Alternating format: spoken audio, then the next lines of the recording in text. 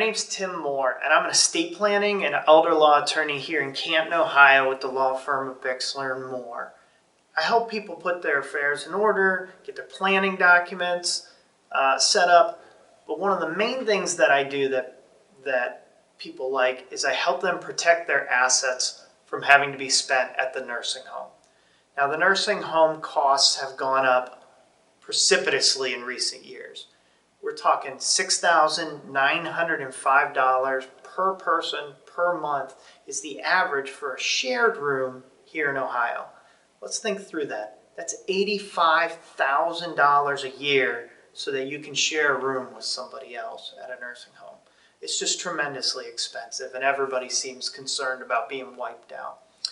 So at our firm, we do two different kinds of plans. Well, we actually have a myriad of plans, but the majority of the plans break down into two different types. The first is pre-planning, right?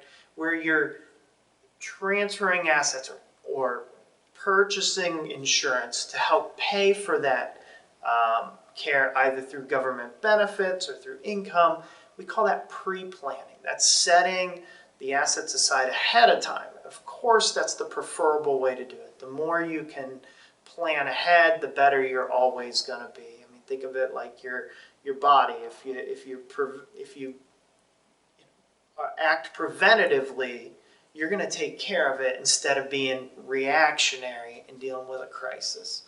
So we can protect a lot more assets, and we have a lot more options if we're pre-planning. So it's never too early to start having the conversation about whether you need to plan for long-term care. And it is a big problem. I mean, 70% of individuals who hit 65 will need some kind of long-term care.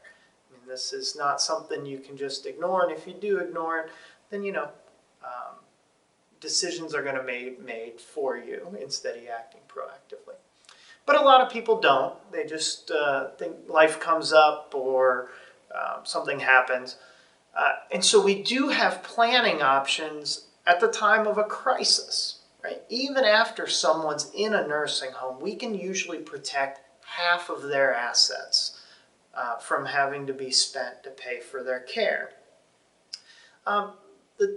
The logistics related to that, occasionally it involves purchasing different kinds of investments like annuities. Sometimes it involves setting up trusts. But the reality is each plan is customized, but we can often protect half of those assets even after somebody's in a facility. So if anyone has ever told you that it's too late for your loved one to protect assets, then they probably haven't learned what it means to work with an elder law attorney who is knowledgeable in this.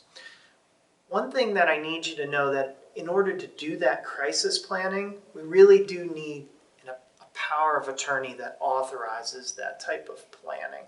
So we recommend that everybody get in, see an attorney, get their basic documents in order so that they have the option of doing that asset protection planning later.